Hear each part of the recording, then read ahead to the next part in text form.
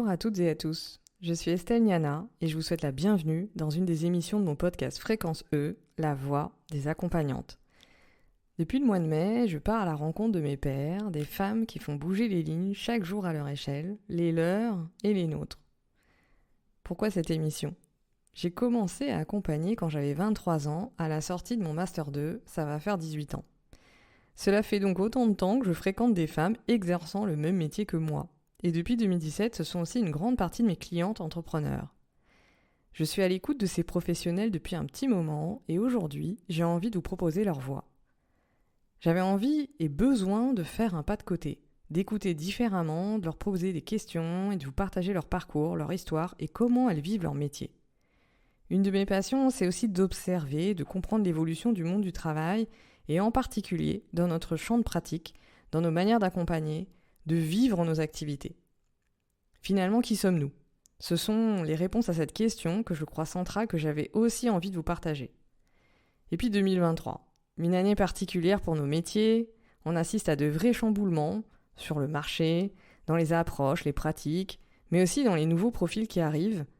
Le temps est aussi venu d'une réunion entre des approches dites pragmatiques, analytiques, mentales, avec des approches somatiques, énergétiques, qui partent du corps.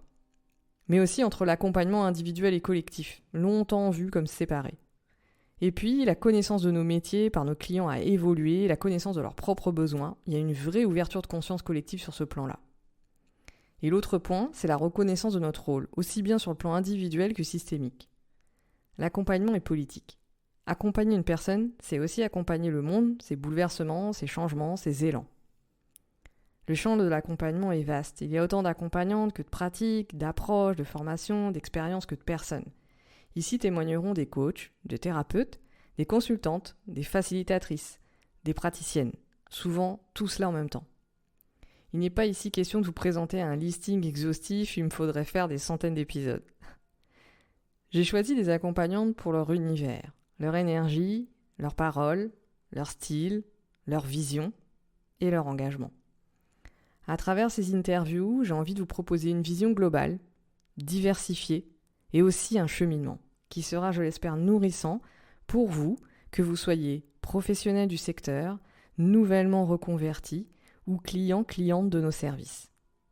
Nous allons parcourir diverses questions. C'est quoi accompagner finalement ? De quelles questions s'occupe le monde de l'accompagnement au fait ? À quoi est-ce que nous contribuons ? Quelles sont les valeurs qui sous-tendent nos métiers ? Qu'est-ce qui nourrit nos pratiques ? À quoi ça sert d'accompagner des personnes, des collectifs ou des organisations ? Des questions, il y en a plein d'autres que nous allons explorer et autant de réponses que de personnes à mon micro. Je vous souhaite une bonne découverte et une bonne écoute. Je laisse la place à mes invités. Bienvenue dans la voix des accompagnantes.